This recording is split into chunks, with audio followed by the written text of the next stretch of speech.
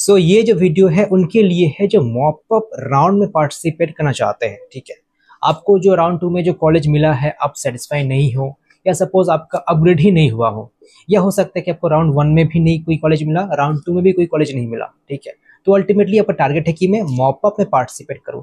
देखो, मैं पहले बता देना चाहता हूँ, मॉप अप राउंड जो है वो तो रिस्की है। ठीक है, क्योंकि अगर आपको कोई कॉलेज नहीं मिलता है मॉप अप राउंड में, तो जी आपका जो राउंड 2 में जो राउंड में था वो तो नहीं रहने वाला है। मतलब रूल यही है कि आप मॉप अप में तभी पार्टिसिपेट कर पाओगे जब आपने एडमिशन नहीं करवाया है। सिंपल सा रूल है। अगर आपने एडमिशन करवा लिया है, आप एलिजिबल नहीं हो मॉप अप में पार्टिसिपेट करने के लिए। अब यहाँ पर प्रश्न ये बनता है कि ठीक है, मैं तो समझ गया कि हाँ मैं एडमिशन नहीं करवा रहा हूँ, ओके सब परफेक्ट है, बट क्या क्या करना जरूरी है, क्या चीज़ों को ध्यान में रखिए सो दैट मैं मॉप अप के लिए एलिजिबल हो जाऊँ, सो दैट एक कंफर्म रहे कि हाँ जी सेटिस्फाई में रहूँ कि जब मॉपअप का जो आपका रजिस्ट्रेशन स्टार्ट होगा आप रजिस्टर कर पाओ। ठीक है, सब कुछ वही प्रोसेस है, आपको मतलब रजिस्टर करना पड़ेगा। ठीक है, कुछ अमाउंट दे करके, देन जैसे आपका राउंड 1 में एक मॉक अलॉटमेंट आया था उसके पहले, तो यहाँ पर आपको मॉक अलॉटमेंट आएगा, प्रिडिक्शन कि हाँ जी ये मिल सकता है। देन आपका फाइनली एक रिजल्ट आता है कि हाँ जी आपको ये कॉलेज ये ब्रांच मिला, एंड देन आपको डेट दिया जाता है एडमिशन करवाने का। ठीक है, प्रोसेस है, बट इसका एलिजिबिलिटी क्राइटेरिया क्या है ये समझेंगे। ठीक है, काफ़ी कुछ कन्फ्यूजन बना हुआ है। वैसे कई से क्रिएटर बना भी दे वीडियो, बट स्टिल लाइक कोई बच्चे व्हाट्सएप में पर्सनली पूछ रहे हैं कि हाँ जी समझ में नहीं आ रहा है, तो मैं सोचा कि डेडिकेटेड वीडियो बना ही दूँ आपके लिए। ठीक है, अब देखो यहाँ पर मैं आपको 2 स्क्रीनशॉट दिखाना चाहता हूँ। ठीक है, होप ये जो 2 स्क्रीनशॉट है आपका जो कन्फ्यूजन है क्लियर हो ही जाएगा। ठीक है, जो पहला लाइक आप देखो एक 8.0 करके एक पॉइंट है। ठीक है, वहाँ पर क्या लिखा गया, जनरल रूल्स करके पॉइंट ए। ठीक है, in case of first time allotment may be in any round, ठीक है, it is mandatory to pay seat acceptance fee and report to the allotted institute for document verification before any further activity। मगर इसका मतलब ये हुआ कि अगर आपको first time, node first time, मैं सेकेंड टाइम का बात नहीं कर रहा हूं, अगर फर्स्ट टाइम आपको कोई अगर कॉलेज अलॉट हुआ है, ठीक है, तो ये कंपलसरी है कि आपको सीट एक्सेप्टेंस फी जो कि 5000 है, एंड पे करने के बाद आपको डॉक्यूमेंट वेरीफाई करवाना ही पड़ेगा। अब देखो राउंड 1 में अगर कोई आपको मिला था, ठीक है, तो एक कंपलसरी था कि आपको वो करना था, ये रूल्स है। ठीक है, आगे बढ़ने के लिए। बट यहाँ पर एक चीज नहीं बताया गया कि सेकेंड टाइम अगर कोई सीट अलॉट होता है तो उस वक्त क्या फिर से 5K पे करना पड़ेगा या फिर से डॉक्यूमेंट वेरीफाई करना पड़ेगा। देखो 5K फिर से पे नहीं करना पड़ता दोबारा। ठीक है, ये कंफर्म है कि 5K को पे नहीं करना पड़ेगा। आई होप सो जो स्टूडेंट देखने को पता होगा आपको, अगर आप राउंड 1 में पे कर चुके हो। बट कॉन्फ्यूजन उन बच्चों में है जो ऑलरेडी डॉक्यूमेंट वेरीफाई करवा लिए हैं। लेट्स एग्जांपल तौर पर सपोज कोई स्टूडेंट है जो कि दिल्ली का है, ठीक है, अदर स्टेट का है, ओके, उसको मिला था टेक्नोमेंट सॉल्टलेक में IT मिला था। ठीक है, वो यहाँ पर आया कोलकाता में, एंड जो भी कुछ प्रोसेस है डॉक्यूमेंट वेरीफाई करवाने का करवा लिया।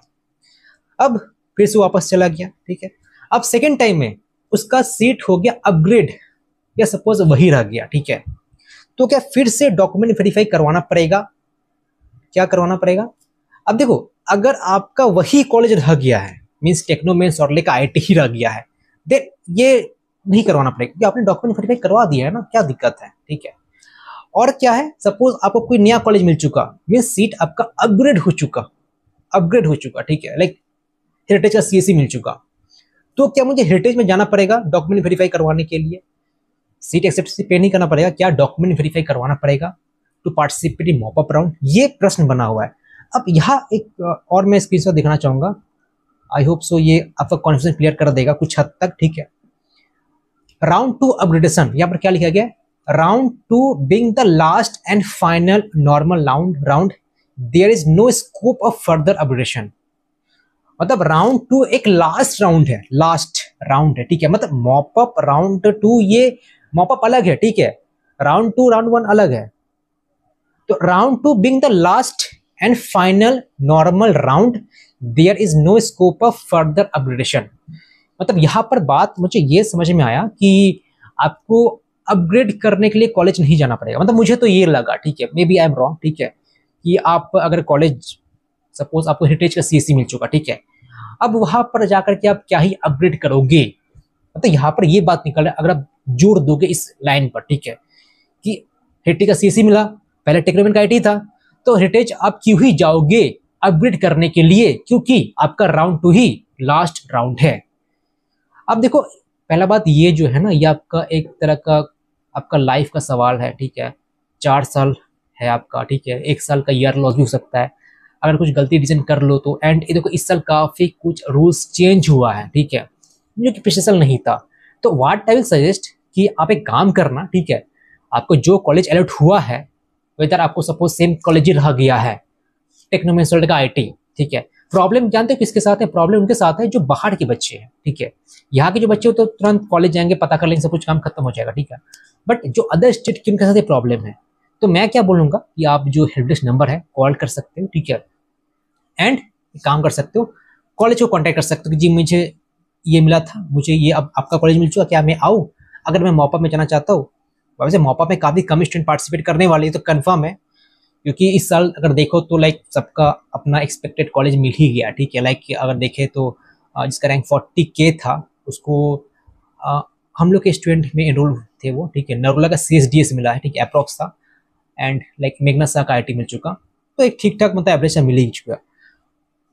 तो जी मैं यही बताना चाहता हूँ कि जो कॉलेज आपका है, जो रह गया, जो राउंड में था, एंड जो सपोज राउंड में अपडेट हुआ, तो आप एक बार कॉलेज से कांटेक्ट कर लीजिए या डब्ल्यू बोर्ड से कांटेक्ट कर सकते हो, ठीक है, फॉर कंफर्मेशन, क्योंकि रूल चेंज हुआ है, पता नहीं आपका क्या होगा क्या नहीं होगा, ठीक है। तो कंफर्मेशन के लिए एक मन में सेटिस्फाई हो जाए कि हाँ जी मैं संतुष्ट हूँ कि हाँ ये है। बट हाँ जी ये कंफर्म है कि सपोज आपको राउंड 2 में कोई कॉलेज मिला है, न्यू अलॉटमेंट है, राउंड 1 में कुछ नहीं मिला था बट राउंड 2 में मिल चुका, तो जी आपको 5K तो पे करना ही पड़ेगा, और आपको कॉलेज में जाकर के डॉक्यूमेंट वेरीफाई करवाना ही पड़ेगा, क्योंकि क्या लिखा गया, in case of first time allotment may be in any round, मतलब कि आपको राउंड 1 में कुछ नहीं मिला था, राउंड 2 में कुछ मिल चुका, तो वो 5K पे करना पड़ेगा। अब देखो 5K जो पे कर रहे हो एक्चुअली ना आपका एडमिशन जो फीस है उसके साथ एडजस्ट हो जाता है। एंड सपोज आप एडमिशन नहीं ले रहे हो कहीं पर भी, आपका 5K रिफंड आ जाता है, आप जो अकाउंट दिए थे। एक्चुअली 5K रिफंड नहीं आता है, 4K आता है, 4000। एंड काफ़ी लोग को लाइक वो अप्रैल के महीने में आता है, अप्रैल के एंड में, बट आ जाता है, ठीक है। एंड लाइक जो स्टूडेंट मॉपअप में पार्टिसिपेट करना चाहते हो, ठीक है, एंड काउंसलिंग सपोर्ट लेना चाहते हो, आप यहाँ पर जुड़ सकते हो। कई से स्टूडेंट ऑलरेडी रजिस्टर किए थे राउंड 1 के पहले ही, ठीक है, एंड सबको अपना अच्छा कॉलेज मिल ही गया, ठीक है। तो आप जल्दी रजिस्टर कर सकते हो, हम लोग एक चॉइस फ्री लिस्ट प्रोवाइड करते हैं। एंड आपको लाइक जो भी कुछ क्वेरी रहता है through out the process, through out the counselling, आपको कॉलिंग एंड व्हाट्सएप सपोर्ट मिलता है, जब तक आपको एक सही कॉलेज नहीं मिल जाता, सही ब्रांच नहीं मिल जाता। एंड हम लोग को यहाँ पर प्लेसमेंट सपोर्ट भी है, लाइक प्लेसमेंट के बारे में डिस्कस करते हैं मीटिंग्स में कि हाँ जी कैसे क्या करना चाहिए, तो कंप्लीट एक आप यहाँ पर चीज़ें सीख सकते हो।